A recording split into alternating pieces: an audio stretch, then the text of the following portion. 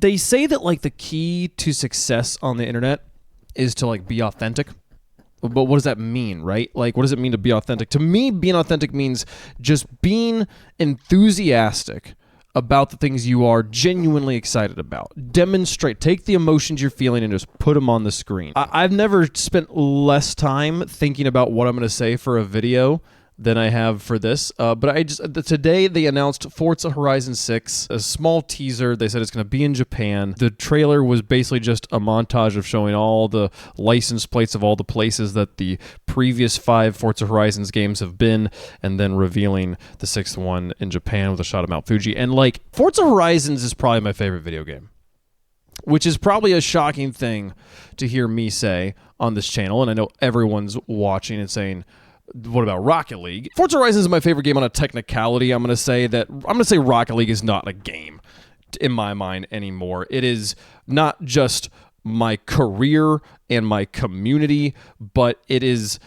a way of life. It's one of the rhythms of how I carry myself as a person. And to call it a game at this point, like, almost diminishes how important it is as a part of who I am. But when I think back to like what Rocket League was when I first started playing it, when it was this thing I got into just because I had a group of 4 friends and we wanted to be able to game regardless of who was missing. So if we could play 2s, 3s, or 4s, right? We didn't realize that 4s was like not a thing at the time, though it's like now kind of a thing again. And it was just a game. It was something I spent $20 to play, and I just enjoyed it. I liked the colors. I liked the experience of trying to get better and of winning, and I played lots of unranked. Unranked was fun. Unlike now, where like Rocket League is like a thing for me to be productive in. It is something that if I'm not actively improving at, or something I am learning through, it's a waste of time. Unranked feels like a waste of time, and I have to improve at this skill. I have to learn more about it and learn about how the people at the top are playing the game as best they can for the sake of me making money to keep a roof over my head. It's just no longer a game, right? It's just no longer a game for me. Rocket League for me is part of my life in a way every other video game isn't. When I think about like what title do I boot up when I want to just escape the real world and just have some fun, some non-competitive, non-productive fun for an hour, for the last few years on and off, and really intensely for the last year or so, it's been Forza Horizons 5. For me, Forza started with 4. When did 4 come out? Horizons 4 launched in 2018.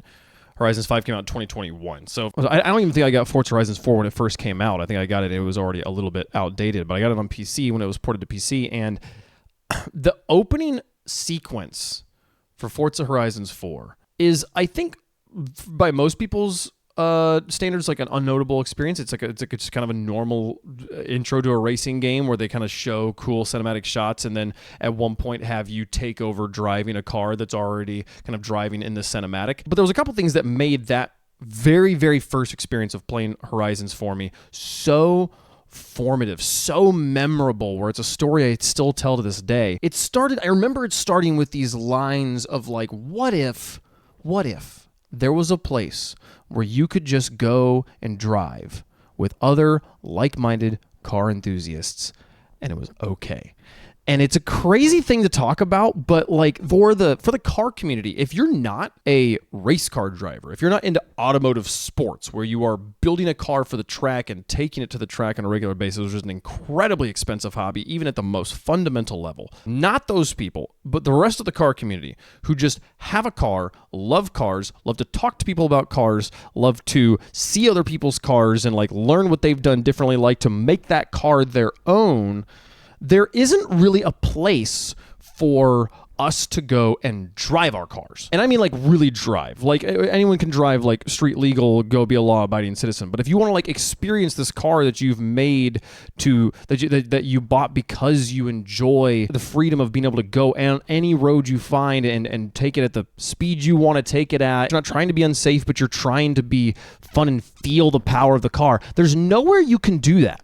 That's not a thing that's okay. There are places where it is sort of like socially agreed, all right, we'll let them go there, but it's still not allowed, and like the cops can show up and ticket people, and I'll see cops up on like Angels Crest Highway, and it's like if there's a road, a commonly understood road in LA that like is the car people road, I go up there and I feel like I'm playing Forza Horizons. It's an incredible experience. But the big difference is that when I get out of the car on Angels Crest Highway, I feel a relief. I feel a relief that I made it up here, I had a good time, I didn't wreck, I didn't hurt anybody, and I didn't get pulled over for going over the speed limit. And that relief I feel is I think indicative of the pressure I feel from not only a society that says, hey, drive safely on all the roads, which is a very understandable. I want to be very clear that on public roads, you should be driving safely. Your hobby should never endanger non-consenting people who did not agree to show up and be in danger, right? If you go to the racetrack and you're racing with people and you have a wreck and you all agreed to be on the racetrack, you all understood the risk of being on the track. But when you're driving on the highway and the mom over is just trying to get home to her kids and you're street racing next to them, even if you're doing roll races on the highway, you are putting them at risk, and that is not okay. But let's just say that like somehow the road was closed and I was up there and just enjoying the road. That would take a lot of the pressure off. I'd feel a lot of relief. But there is even a little bit of relief when I get out of the car and think, okay, I'm so glad I got up here and I didn't wreck. I'm so glad that I didn't make a mistake. I'm so glad the car didn't break and put me in a situation where I had to make a split-second decision and I guessed wrong, which I've seen plenty of people do in those environments. There's something about the beginning of Forza Horizons 4 where it opened up and it basically was like, what if there was a place you could go and you could drive as much as you wanted and everybody was excited about it and nobody was at risk of being hurt and there was always something extra to do and everybody's on the same page of how cool and how fun this is. Wouldn't that be sick? And as they said that, my brain just like followed along exactly with what the developers intended and was like, yeah, man, I would like that. That'd be incredible. And then they just kind of like push you into a car and you're just driving this car in this beautiful English countryside. And then it kind of pulls you out and takes you to some other driving experience. You're like, whoa, this is cool. And you're just kind of like exploring the different things the game has to offer. Like, this is pretty cool. And the final stretch is you and some other supercars. I think you're in a McLaren Senna. You're driving to the festival grounds. And I remember driving that and being like, I don't feel like I'm racing these people. I'm just cruising with them. We're just cruising at like 180 miles an hour. We're having a blast just flying on this road. But I wasn't trying to beat them. I was trying to stay with them because it felt so cool to just like, and so fun to drive with these people and to see the hot air balloons in the distance, and the music was brilliant. And we pull in and I'm like, man, this is a good video game. I'm having a great time. And I don't know, I still to this day don't know how they did this. Xbox has to have pulled from my profile because I hadn't told them what to call me in game yet. I hadn't chosen a name in the game yet. You just boot it up and they just put you straight into the cinematic intro experience. But you pull up and the like festival managers kind of got their back to your car as they're like looking at their clipboard and they're like, man, okay, it looks like everybody is here. Has anyone seen Caleb? And them using my actual name for just a second, I was fully immersed in the game. I felt like I was there. I felt like there was a person looking for me. I felt like I was the person getting out of the car. And I'm not going to lie, not embarrassed to say it, I did get teary-eyed. Like it was an emotional reaction that hit me of like, whoa, like that if you could actually teleport into a video game, imagine how overwhelming of an experience that would be. That was, I got a flavor of that. I got a taste of that.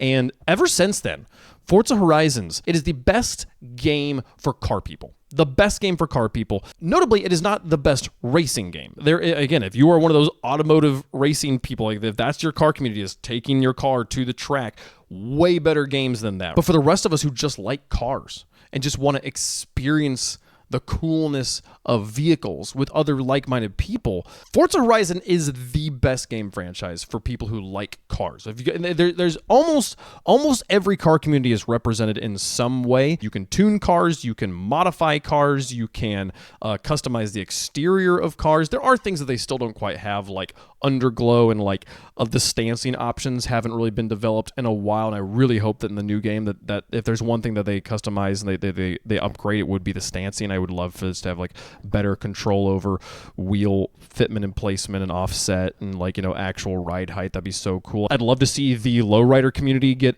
the tools they need to be able to have that be a thing that they get to experience, because it's like the only car community I can think of that doesn't have some form of representation. I think there are lowriders in the game, but there aren't. I don't know if you can make them do lowrider stuff, right? There's no way you can turn a car into a lowrider in Forza Horizons. But if you like driving, if you like drifting, if you like just showing off, Like, there's something for everybody in this game. Now, Forza Horizons 5 set in Mexico has been a really fun exploration of that sort of space, of that sort of environment, of that culture. And getting to, it was fun. The games are also embedded with a lot of history of, like, here's how important this type of car or this type of racing circuit is to this region of the world. I knew nothing about the Mexican car culture. But when thinking to the future of Forza Horizon 6 and thinking about, like, where in the world could we go that's important to the car community that we haven't gone yet, there were really two glaringly obvious options. First was the one I was maybe honestly a little bit more excited for, which is Los Angeles. There's a lot of places that I think could probably like make the claim, but in my opinion, the capital of North American car culture is Los Angeles, California. And it's really to do mainly with the Fast and the Furious and the way that those films have framed and shaped the way all of car culture works, at least in the States, but as far as I can tell, globally. Every car meet I've ever been to is either a Cars and Coffee in the morning, which is very much its own sort of thing, or it's a Fast and Furious cosplay event where they're trying to mimic the car meets that you see in those movies. And that franchise started here. This is sort of the birthplace of the modern car culture aesthetic. And so in my mind, it makes so much sense that you would put a Forza Horizons game here. But you do have GTA 5 enshrining a version of Los Angeles that has its own version of the car community, its own sort of car culture game. It's if there's any game that's similar to Forza Horizons without being Forza Horizons, it is GTA 5. So it makes sense to me that if we're going to make another huge map, because the Forza Horizons game have some of the biggest maps in any video game ever because they have to be so big because they're traveled across so quickly. If you're going to make another big map, why do one that's already been done recently that is still so deeply important to gaming culture like GTA 5? Japan makes so much sense. It makes so much sense, and I'm genuinely so excited. They're gonna put a Japanese toge, at least one, if not a whole mountain of them.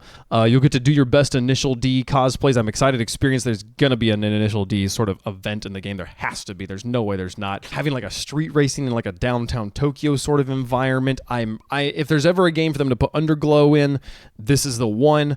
Really hope that they get there. But honestly, like if I'm just being completely straight up with you, if they made the exact same game we have in Forza Horizons 5, and instead it was just a new map, that was the only thing new, I'm excited. I'm so excited. I'm buying the game. I'm playing it. It is the game that I go to on a regular basis to just unwind, to get to experience something I can't experience in real life, to be able to just put a bunch of money into a car, make it exactly the way I want it to look, drive it around, make mistakes, run into stuff, have it not matter, have everybody on the street, everybody that's around me be as excited and as enthusiastic about driving the cars as I am. Nobody's getting hurt. It really is just like, it is, in my mind, a pinnacle of gaming type of game. It's one of the most important things gaming can do is give you the ability to experience something you couldn't experience otherwise. And it does that in such an authentic way that genuinely scratches an itch. When I think about like customizing the paint job on my car, I go into Forza Horizons and paint the car in Forza Horizons to see like, do I like this? Do I not like that? Like it's so closely tied to something that is still generally completely cost prohibitive. It is something that the majority of people never get to experience, owning a car that isn't just a get it from point A to point B car, or even if they do want to do things with that car, any modification to your car starts at $100. There's no modification you can do to your car that's under $100, and that's an expensive hobby. And like $100 is nothing, is absolutely nothing. So I love that Forza Horizons exists. I love that it continues to be iterated on. I love that we're going to Japan for the 6th game. I cannot wait for it. It was exactly where I was hoping we would go. LA would have been cool too, but like no, I'm so happy. I'm so happy it's going to be in Japan, and I'm really, really pumped to play it. So this is me making a video talking about that. Being authentic, being enthusiastic on the internet. If you enjoy this type of content, hit the follow, hit the subscribe button. Thanks so much for watching. See you guys next time. Bye.